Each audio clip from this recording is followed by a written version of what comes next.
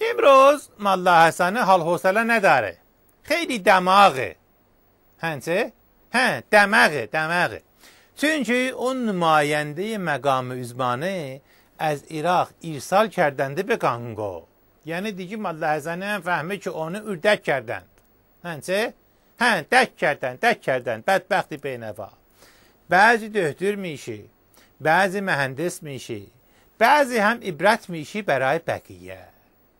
بس ایزی تو اونجا نگاه نکن روی من، بدبختی بینوا. من به خاطر تو آدم نشدم که تو تنها نمانه.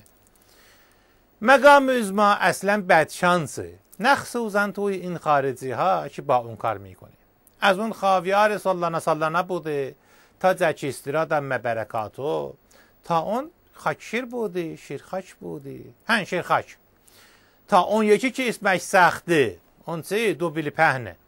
هر کدام که نگاه میکنی یا زندان رفته، یا گانگو رفته، یا وضعیت زهلم گتمیش پیدا کرده. یعنی دشمنان نظام خیلی ضربه زده به عظما به نوا. بله واقعا که مقام عظما گبلور شم پروانه بوده. مقام عظما شم بوده، اون پروانه بوده که میچرخیده. شم پروانه که میگویم نه اون شم پروانه که شاعرانه رنبانتیچه ها، اون نه بابا، اون یکی شم پروانه که توی ماشینی که راننده‌لر میفهمه که شمعش دوده گرفته، پروانهش هم تسمهش در رفته. بله منم برای اونها اگزوز بوده. این که کبلور دفعی کردن خودش اشکال نداره. اون که میسوزانه اونه که اون وضعیت مقام عظمانه نشان میده پیش. اون زیلوی مقام عظما میره، نماینده مقام عظما که من باشم پشت سر مقام عظما میره. چونکه از قدیم گفتند که eşeğin balası qabaqdan gedər, atın balası daldan.